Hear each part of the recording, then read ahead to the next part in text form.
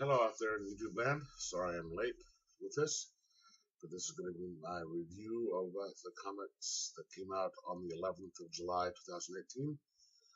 I pulled a 13-hour shift yesterday, so didn't get home until like nearly 1:30 in the morning, and I didn't feel like, excuse me, reviewing anything when I got home.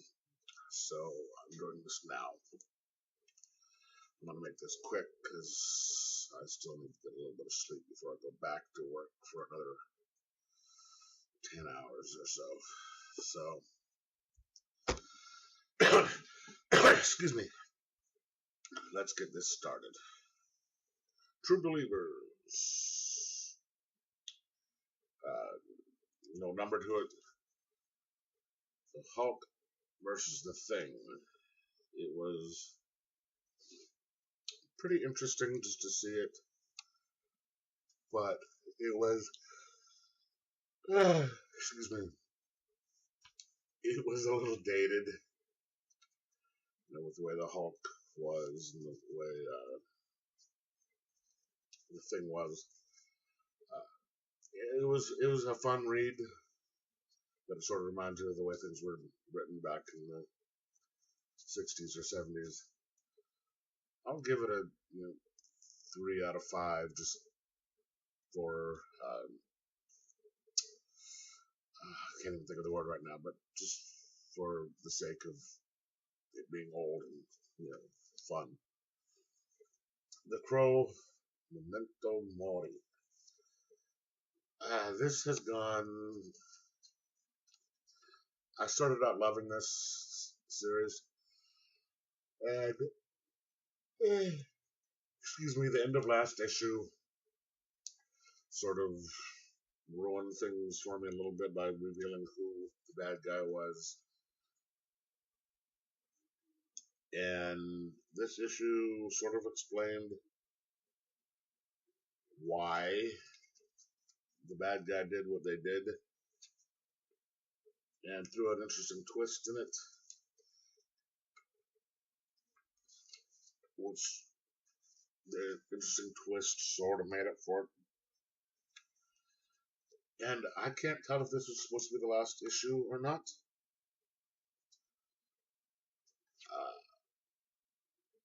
But I did sort of like the ending and the way they changed things up on it.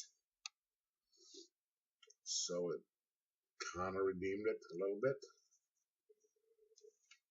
I'm still recommending the series, if this is the last one or not, but I'm going to give it a 3.2 out of 5. RoboCop number 4. I thought this was the ending, but it's not. Yeah, excuse me, because it says, to be continued at the end. So I'm assuming it's either a 5 or 6 part series. I think they're kind of dragging this out a little bit longer than they need to.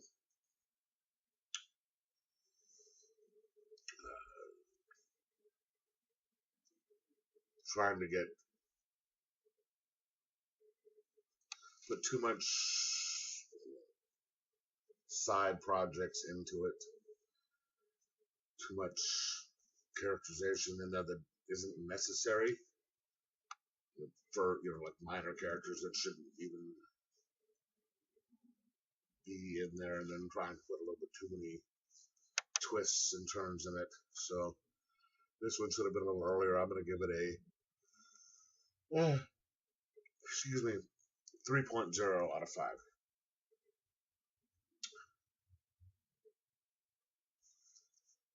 The Amazing Spider-Man number 1 by, was this Slott? I think it is. This is Dan Slott that did this. But anyway, I was fairly apprehensive about this one, but it wasn't bad. Yeah, it was $6, but it's extra thick. Uh, I sort of like what they did with it, where he's going back to, they're taking it back to him being, Spider-Man being not liked by a lot of people, having issues. He's going to be broke. He's going to be, you know, the outsider again. So they're setting everything up with that. It was I think they're taking him back to the way he used to be and the way he should have been. So I'm going to give this a 3.5 out of 5. Die, die, die. I liked it. It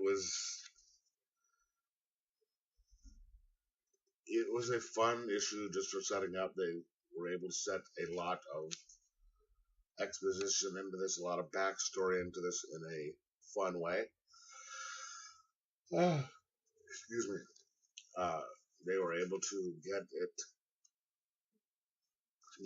get what information they wanted and needed out, and with the backstory, and move the story forward and make it intriguing. So I'm actually going to get the second issue on this because it was fun.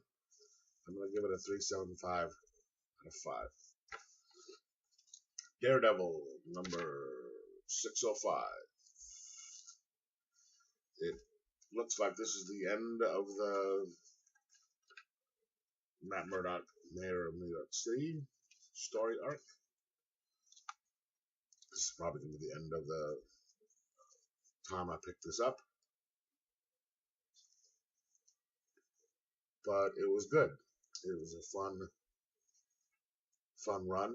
It was nice. It was well paced, well written. The art was good. 3.8 out of 5. Superman number 1. Sorry, I don't know what's wrong with the camera right there. Yeah, it was the first issue of the run. It was good. I mean, they're setting up some interesting storylines, and I like how they are getting him back to being the sole, son of Krypton. And I guess you still have Kara, his cousin, but there's no Kandor left.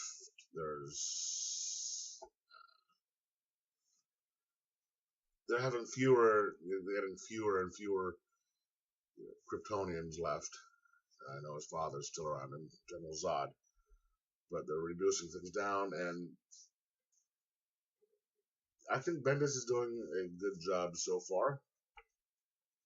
I'm going to give it a 4 out of 5. Detective Comics number 984.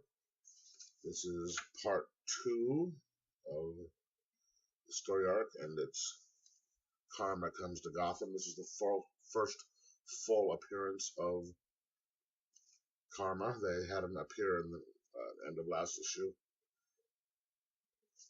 And they are breaking apart the Bat family.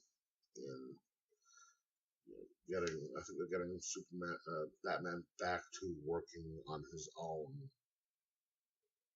Yeah, this is actually part 1. On the outside. Part 1. And I like that because they were spending way too much time, I think, with having him work with all the other people. Batman's more a solo act. So I'm giving this a 4 out of 5. The Flash, number 50. Awesome. This is the end of the Flash War series.